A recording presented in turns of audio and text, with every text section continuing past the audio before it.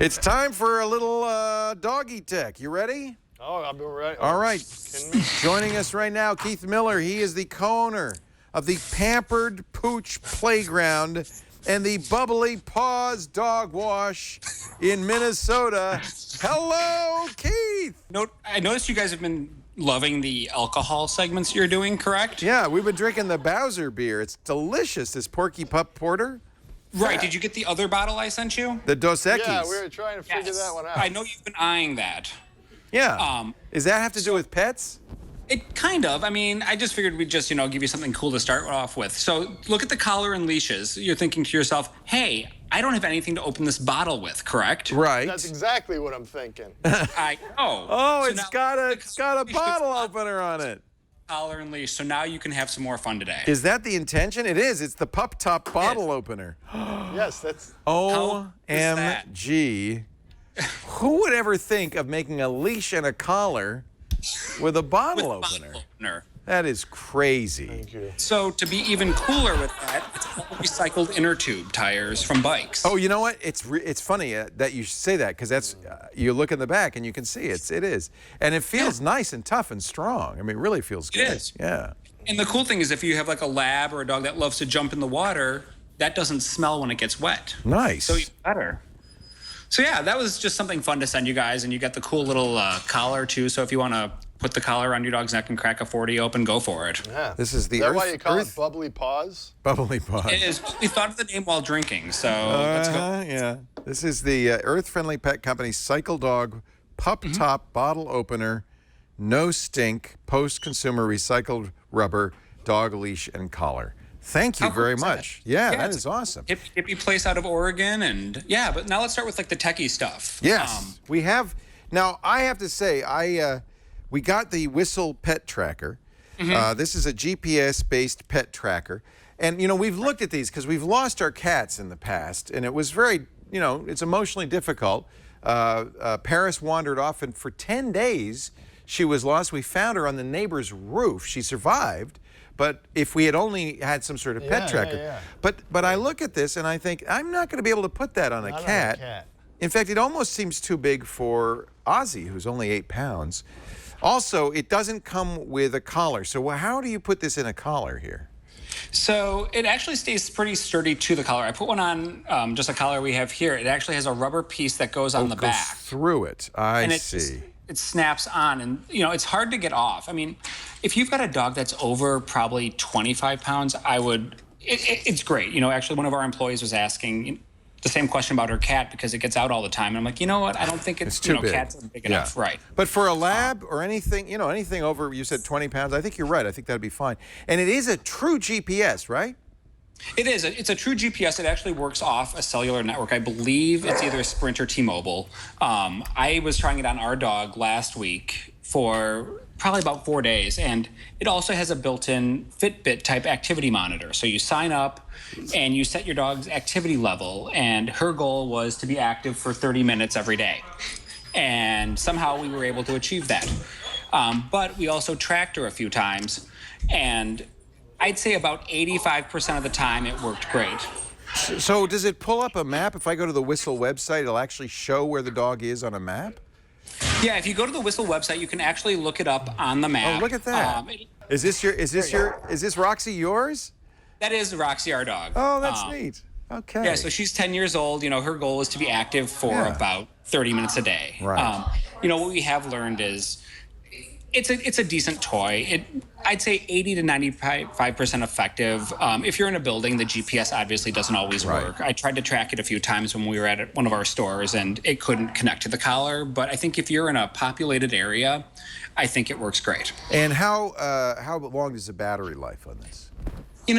I've gone about 3 days with it. Oh, so that's pretty good. When you're at home, it also connects to your base station. Right.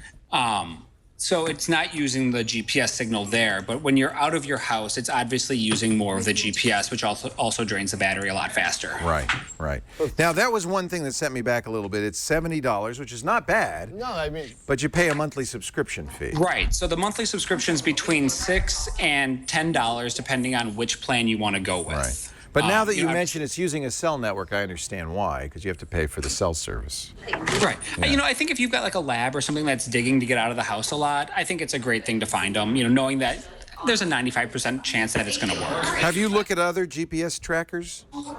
You know, there was another big one that was out there that actually Whistle bought. So they both off the same company now, off the same app. It's kind of like an ankle bracelet for your dog. Yeah. If your dog is on home arrest. Pets are kind of on house arrest. Yeah. If you think about it. You know, I'll let you out. They get about a half hour of recreation time. You're on recreation like furlough. inmates. Yeah, exactly. Exactly. Put it around your ankle and see what happens. Now, we tried the Pet Cube. Actually, we've got it set up in Lisa's office.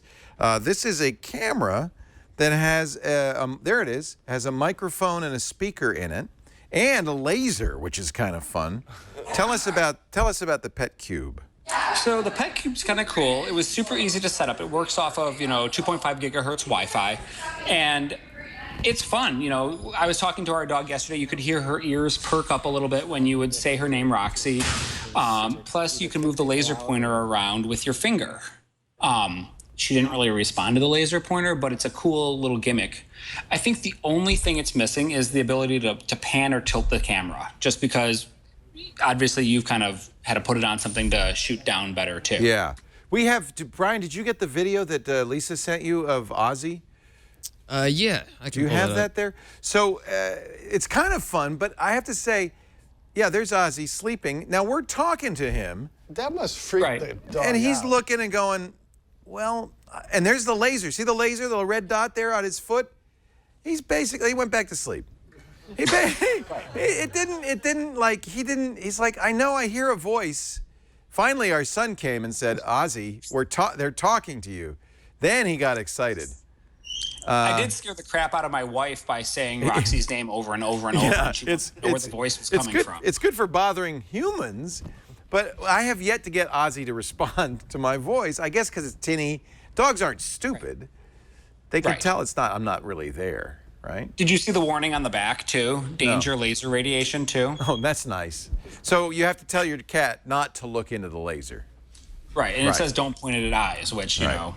Well, I think it's a cool webcam, though. I think it's kind of neat. You know, just a fun little accessory that, you know, you need for your dog. it does have a great picture, and you can use it to monitor with your phone and get a decent picture. You can talk, you can listen.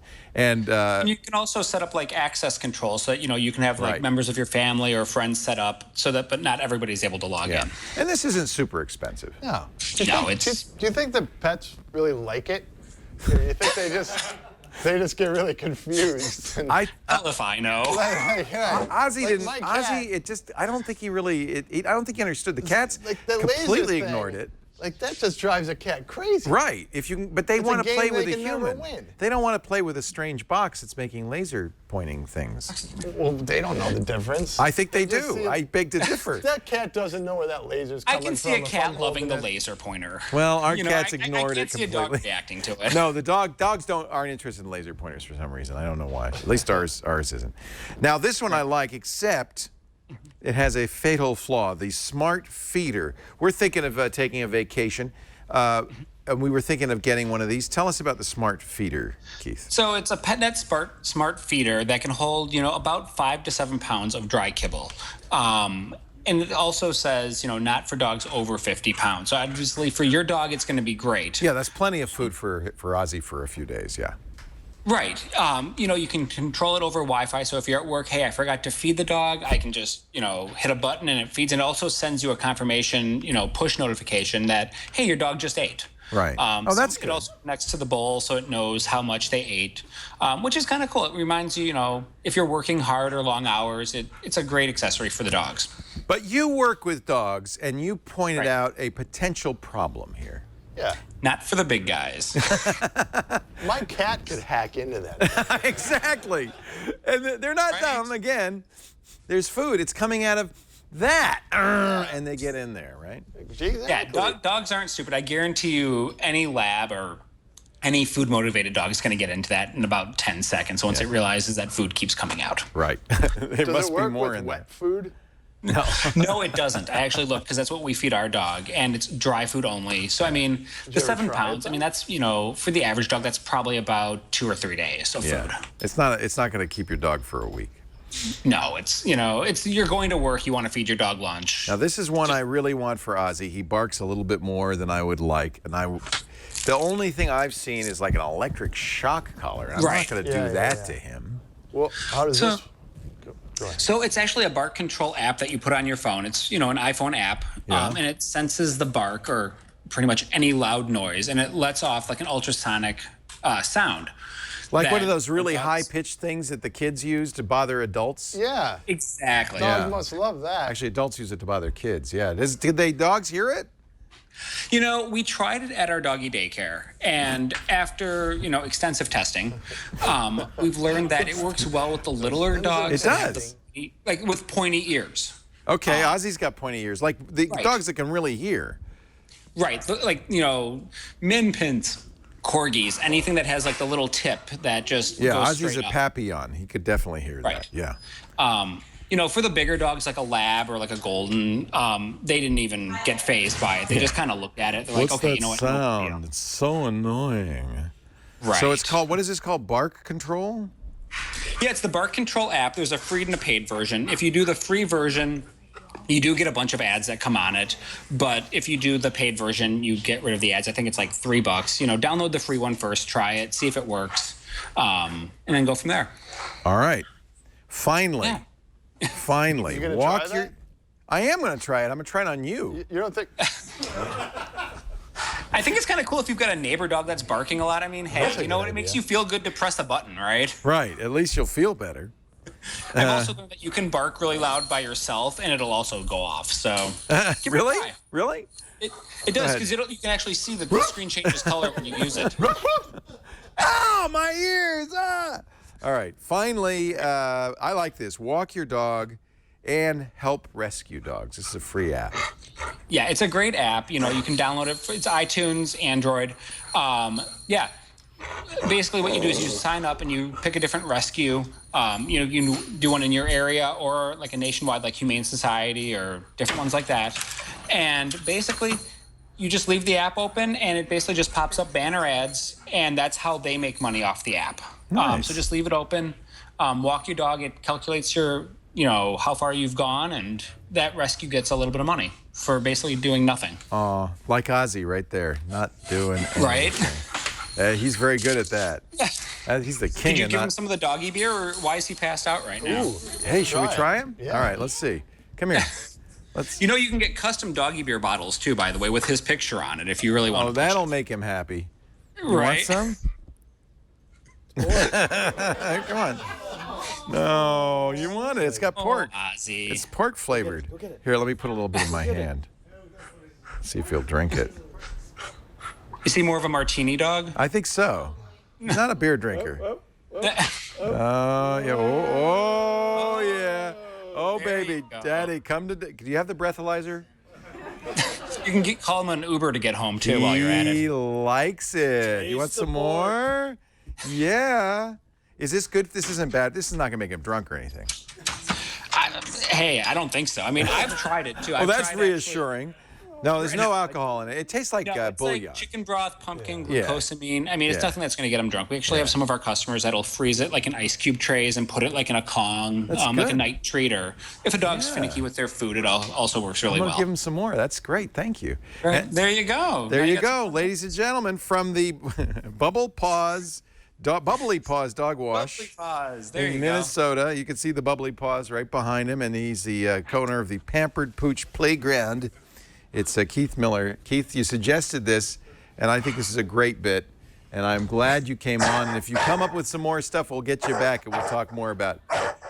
Okay, we'll do doggy wine next time. Sorry. Doggy wine. Hey, Doggy wine. We'll do that next time. all right. Thank you, Keith. Cool. Have a good day, you guys. Take care. Bye-bye. Do you have a pet? I got 2 cats. Yeah, cats are a little Bird easier. and Gilly. Bird? Bird. Bird got her name because when she was a little cat, she used to sit on your shoulder like a parrot. Oh. It was so cute. And now So she's cute. like, We're going to, we've got Ozzy, and we have 2 cats, Samantha and Paris, or Sammy and Perry, and we've decided to get a boy, right? We're getting a boy, right? They're getting a boy cat. Anthony Nielsen's raising a orange tabby named Hamilton. Hamilton. So it'll be Sammy, Perry, and popular name Hammy. right now, yeah. Sammy and Hammy and Perry. I think it'll be good. Yeah. 2 girls and a boy, and a dog, and me. It's not good.